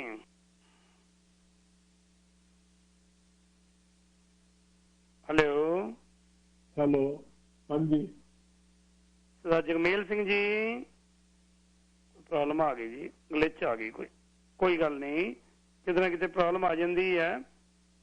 ਖਾਲਸਾ ਜੀ ਦੁਬਾਰਾ ਕਰਿਓ। ਲਾਲਜੋਤ ਸਿੰਘ ਜੀ ਤੁਸੀਂ ਵੀ ਦੁਬਾਰਾ ਕਰਿਓ, ਕੋਈ ਨਹੀਂ, ਕੋਸ਼ਿਸ਼ ਕਰਦੇ ਰਹੋ। ਕਈ ਵਾਰੀ ਹੋ ਜਾਂਦਾ ਜੀ, ਤਕਨੀਕੀ ਮੁਸ਼ਕਲਾਂ ਹੁੰਦੀਆਂ ਨੇ ਕਈ ਵਾਰੀ। ਰਾਜਸਥਾਨੀ ਜੀ,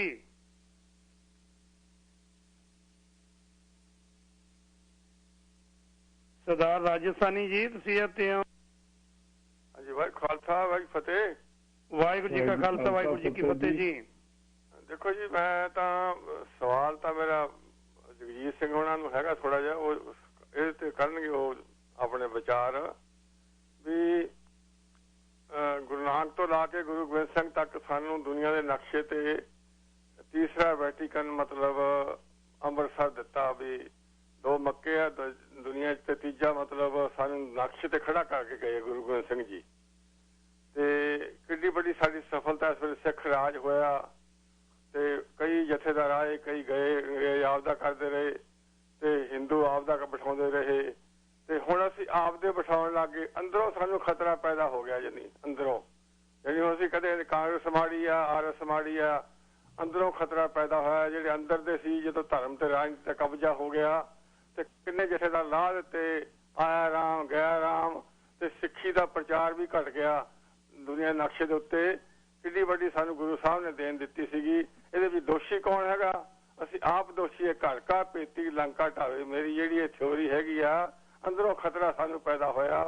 ਅਨੰਦਪੁਰ ਮਤੇ ਤੇ ਤੁਸੀਂ ਦੇਖ ਲਿਆ ਸਭ ਕੁਛ। ਇਹਨੂੰ ਬਿਠਾ ਦਿਓ, ਉਸ ਵੇਲੇ ਕਾਂਗਰਸ ਵੀ ਕਹਿੰਦੀ ਜਸਵੀਰ ਸਿੰਘ ਰੋਡੇ ਨੂੰ ਬਿਠਾ ਦਿਓ, ਤਾਂ ਉਹ ਸਰਕਾਰਾਂ ਤਾਂ ਕਰਦੀਆਂ ਹੁੰਦੀਆਂ, ਪਰ ਸਾਨੂੰ ਅੰਦਰੋਂ ਜਿਹੜਾ ਸਾਡਾ ਆਪਦੇ ਜਿਹੜੀ ਸਾਡੀ ਜਿਹੜੀ ਅਕਾਲੀ ਦਲ ਪਾਰਟੀ ਸੀਗੀ, ਉਹਦਾ ਜਿਹੜਾ ਪ੍ਰਮੁੱਖ ਸੀਗਾ, ਉਹਨੇ ਕਿੰਨਾ ਨੁਕਸਾਨ ਪੰਥ ਦਾ ਕੀਤਾ, ਰਾਜਨੀਤੀ ਦਾ ਕੀਤਾ, ਪੰਜਾਬ ਦਾ ਕੀਤਾ।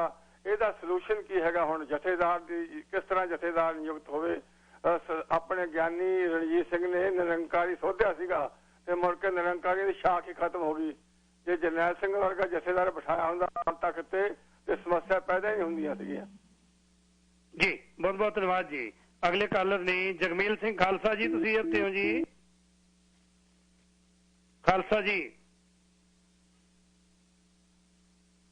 ਜਗਮੇਲ ਸਿੰਘ ਖਾਲਸਾ ਜੀ। ਹਾਂਜੀ, ਮੇਰੀ ਆਵਾਜ਼ ਆ ਰਹੀ ਹੈ? ਹੁਣ ਆ ਰਹੀ ਹੈ ਜੀ, ਦੱਬੀ ਚੱਲੋ। ਅੱਛਾ, ਵਾਹਿਗੁਰੂ ਜੀ ਕਾ ਖਾਲਸਾ, ਵਾਹਿਗੁਰੂ ਜੀ ਕੀ ਫਤਿਹ। ਵਾਹਿਗੁਰੂ ਜੀ ਕੀ ਫਤਿਹ। ਕੋਈ ਟਾਈਮ ਹੈ ਨਹੀਂਗਾ ਤੇ ਪ੍ਰੋਫੈਸਰ ਦਰਸ਼ਨ ਸਿੰਘ ਹੋਣਾ ਨੂੰ ਉੱਥੋਂ ਲਾ ਦੇਣਾ ਤੇ ਹੋਰ ਵੀ ਜਿਹੜੀ ਹੈ ਜਿਹੜਾ ਬਣਾਉਟੀ ਫਖਰੇ ਕੌਮ ਹੈ ਨਾ ਬਣਿਆ ਹੋਇਆ, ਜਿੰਨੀ ਦੇਰ ਇਹਨੂੰ ਤੁਸੀਂ ਇਹਦਾ ਬਿਸਤਰਾ ਸ਼੍ਰੋਮਣੀ ਕਮੇਟੀ ਵੱਲੋਂ ਗੋਲ ਨਹੀਂ ਕਰਦੇ, ਜਿਵੇਂ ਉਹ ਸੂਬਾਈ ਇਲੈਕਸ਼ਨ 'ਚ ਕਰਤਾ ਨਾ, ਮੰਜੇ ਤੇ ਪਾਤਾ, ਉਸੇ ਤਰ੍ਹਾਂ ਪਾ ਦਿਓ ਤੇ ਆਪਣੀਆਂ ਵੋਟਾਂ ਬਣਾ ਲਓ ਤੇ ਤਾਂ ਗੱਲ ਬਣਨੀ ਹੈ ਤੇ ਫੇਰ ਸਹੀ ਹੋਣਾ, ਕੰਮ ਨਹੀਂ ਹੋਣਾ ਨਹੀਂ। ਵਾਹਿਗੁਰੂ ਜੀ ਕਾ ਖਾਲਸਾ, ਵਾਹਿਗੁਰੂ ਜੀ ਫਤਿਹ। ਵਾਹਿਗੁਰੂ ਜੀ ਕਾ ਖਾਲਸਾ, ਵਾਹਿਗੁਰੂ ਜੀ ਫਤਿਹ ਜੀ। ਸਦਾ ਹਾਂਜੀ, 2 ਕਾਲਰ ਹੋਰ ਲੈ ਲਈ, ਸਾਰੀ ਗੱਲਬਾਤ ਸਮਾਪਤ ਕਰਦੇ ਹਾਂ। ਸਦਾ ਪਰਮਜੀਤ ਸਿੰਘ ਜੀ। ਹਾਂਜੀ, ਤੁਹਾਨੂੰ ਦੋਨਾਂ ਦੀ ਸਤਿ ਸ੍ਰੀ ਅਕਾਲ ਜੀ। ਸਤਿ ਸ੍ਰੀ ਅਕਾਲ। ਦੇਖੋ, ਮੈਂ ਤਾਂ ਗੱਲ ਇਹ ਕਹਿਣੀ ਚਾਹੁੰਦਾ, ਸ਼ਾਰਟ ਹੀ ਤੁਹਾਡਾ ਟਾਈਮ ਵੀ ਆ। ਦੇਖੋ, ਇਹ ਜੇ ਜਥੇਦਾਰ ਦਾ ਇਦਾਂ ਨਹੀਂ ਸੀ ਪਹਿਲਾਂ, ਫਿਰ ਇਹਦਾ ਮਤਲਬ ਇਹਦੇ ਬਾਰੇ ਵੀ ਦੱਸੋ ਵੀ ਪਹਿਲਾਂ ਜਥੇਦਾਰ ਨਹੀਂ ਸੀ ਹੁੰਦੇ ਤਖਤਾਂ ਤੇ, ਜਦੋਂ 18ਵੀਂ ਸਦੀ ਰੱਖ ਲਓ, ਜਾਂ ਉਸ ਤੋਂ ਬਾਅਦ ਵਿੱਚ ਜਦੋਂ ਰਣਜੀਤ ਸਿੰਘ ਦਾ ਰਾਜ, ਜੇ ਜਥੇਦਾਰਾਂ ਦੀ ਪ੍ਰਥਾ ਵੀ ਬਾਅਦ ਚੋਂ ਸ਼ੁਰੂ ਹੋਈ ਹੈ। ਇੱਕ ਤਾਂ ਇਹ ਵੀ, ਪਰ ਦੂਜੀ ਗੱਲ ਇਹ ਆ ਵੀ ਜੇ ਗੁਰੂ ਸਾਹਿਬ ਨੇ ਮਸੰਦ ਪ੍ਰਥਾ ਸ਼ੁਰੂ ਕੀਤੀ ਸੀ ਤੇ ਗੁਰੂ ਸਾਹਿਬ ਨੇ ਖਤਮ ਕੀਤੀ। ਜੇ ਜਥੇਦਾਰਾਂ ਦਾ ਉਹ ਜਿਹੜੇ ਕੰਮ ਲਈ ਆ, ਉਹ ਧਰਮ ਦੀ ਰਾਖੀ ਦੇ ਲਈ ਆ, ਜੇ ਉਹ ਨਹੀਂ ਕਰਦੇ ਤਾਂ ਫਿਰ ਸਾਨੂੰ ਵੀ ਉਹਨਾਂ ਨੂੰ ਉਸ ਹਿਸਾਬ ਨਾਲ ਦੇਖਣਾ ਚਾਹੀਦਾ ਵੀ ਜੇ ਨਹੀਂ ਤਾਂ ਗੁਰੂ ਸਾਹਿਬ ਨੇ ਮਸੰਦ ਪ੍ਰਥਾ ਪਹਿਲਾਂ ਪ੍ਰਚਾਰ ਲਈ ਸ਼ੁਰੂ ਵੀ ਕੀਤੀ ਸੀ ਤਾਂ ਫਿਰ ਬਾਅਦ ਚੋਂ ਮਸੰਦਾਂ ਨੂੰ ਆਪੇ ਵੀ ਕਿੱਦਾਂ ਕੀਤਾ ਸੀ, ਆਪੇ ਖਤਮ ਵੀ ਆਪੇ ਕੀਤੀ। ਇਹ ਹੁਣ ਇਹ ਤਾਂ ਅਸੀਂ ਵੀ ਸਾਨੂੰ ਇਸ ਗੱਲ ਤੇ ਦੂਜਾ, ਜੇ ਜਿਹੜਾ ਤਖਤ ਸਾਡਾ ਬਣਾਇਆ ਸੀ, ਕੰਮ ਸਾਡੇ ਫੈਸਲੇ ਨਿਬੇੜਨੇ ਇਹਦੇ ਲਈ, ਪਰ ਹੁਣ ਇਹ ਤਾਂ ਉਲਟਾ ਕੰਮ ਕਰ ਰਿਹਾ। ਜਿੱਦਾਂ ਹੁਣ ਆਪਣੇ ਡਾਕਟਰ ਦਾ ਤੇ ਜਿਹੜਾ ਜਥੇਦਾਰ ਦਾ ਰੌਲਾ ਪਿਆ ਪਟਨਾ ਸਾਹਿਬ ਦੇ ਦਾ, ਜਿਹੜਾ ਕਰਪਸ਼ਨ ਦਾ, ਉਹ ਜਿਹੜਾ ਸੋਨੇ ਦਾ, ਤੁਸੀਂ ਸਾਰਿਆਂ ਨੇ ਦੇਖਿਆ ਹੋਣਾ।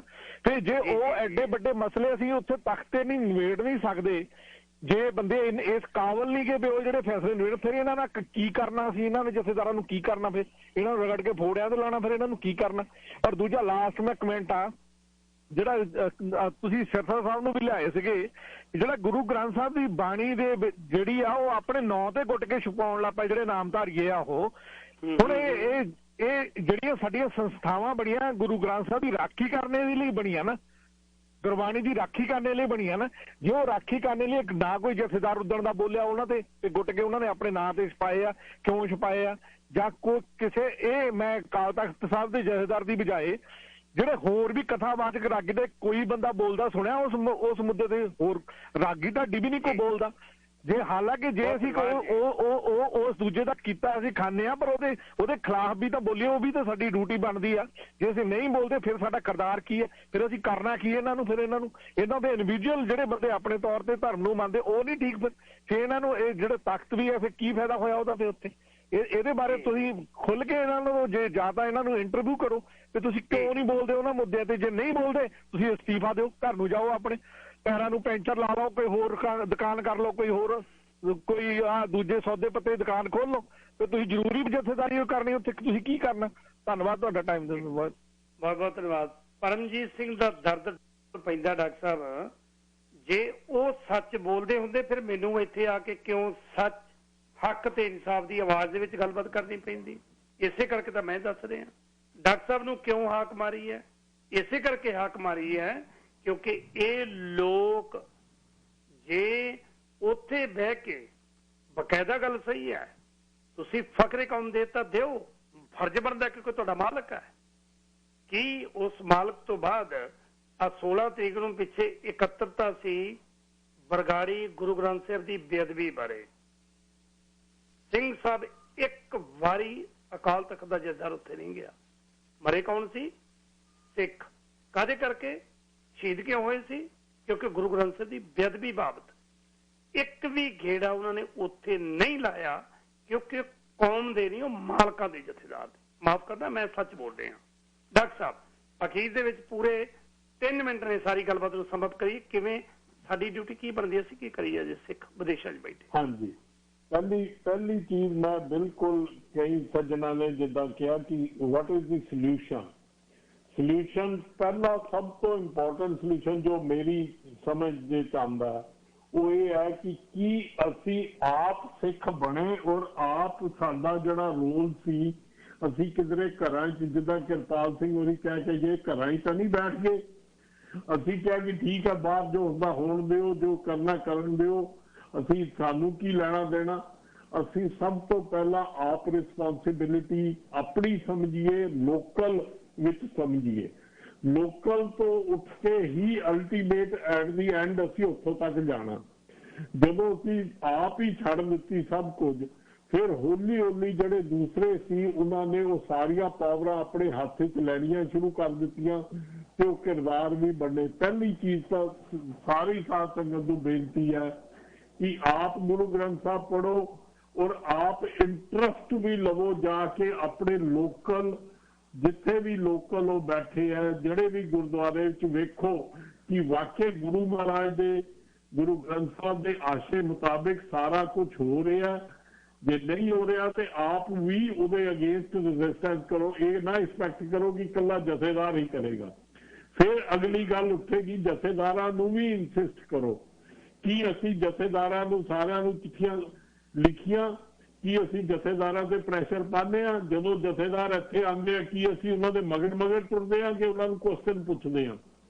ਕੀ ਸਾਡੀ ਜਿਹੜੀ ਆਪਣੀ ਜ਼ਿੰਮੇਵਾਰੀ ਤਾਂ ਅਸੀਂ ਛੱਡ ਦਿੱਤੀ, ਫਿਰ ਰਿਸਪੈਕਟ ਨਾ ਕਰੀਏ ਕਿ ਉਹ ਕਰਨਗੇ।